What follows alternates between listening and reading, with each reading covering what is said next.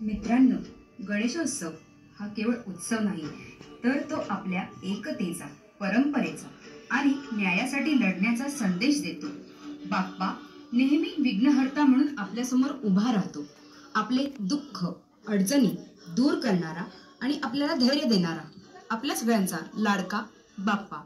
बाप्पा बरोबर होणाऱ्या आज गौरींचं पण आपण स्वागत करूया. आज या मंगल प्रसंगी आपण सगळे गणरायाच्या चरणी एकत्र आलो आहोत. गणेशोत्सव म्हणजे एकतेचा, भक्तीचा आणि समाज जागृतीचा सण.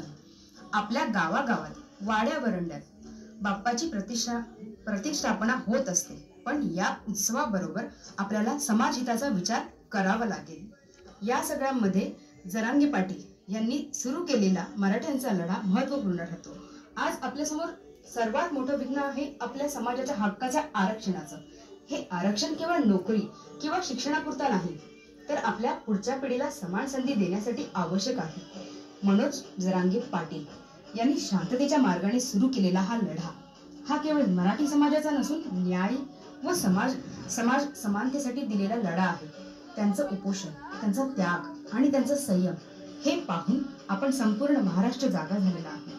आपण पाहतो आहे की कित्येक शेतकरी दिवस रात्र कष्ट करतात, आपल्या मुलांना शिकवतात, अडचणीत असतात, तरीही मुलांना शिकवण्यासाठी ते आपल्या घासातला घास देत असतात. हुशार विद्यार्थी मेहनत करून संधीही मिळवतात.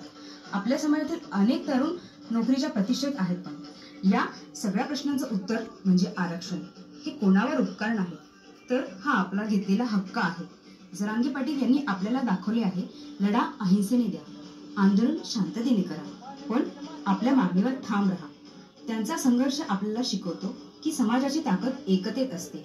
आपण सगळे मिळून जर ठरवलं, जर कोणीही आपला हक्क हिरावून घेऊ शकत नाही. मित्रांनो, आज गणपती बाप्पाच्या साक्षीने आपण सगळ्यांनी संकल्प करूया, आपल्या समाजातील प्रत्येक विद्यार्थ्याला न्याय मिळवून देऊया. जरांगे पाटील यांनी शांततेच्या मार्गाने चालू ठेवलेला पुढे चालू ठेवूया आणि आपल्या पुढच्या पिढीसाठी आरक्षणाचा आणि हक्काचा हा लढा यशस्वी करून दाखवूया. चला तर मग सगळे मिळून म्हणूया, गणपती बाप्पा मोरया, मंगल मूर्ती मोरया, मराठा समाजाचा विजय असो. एक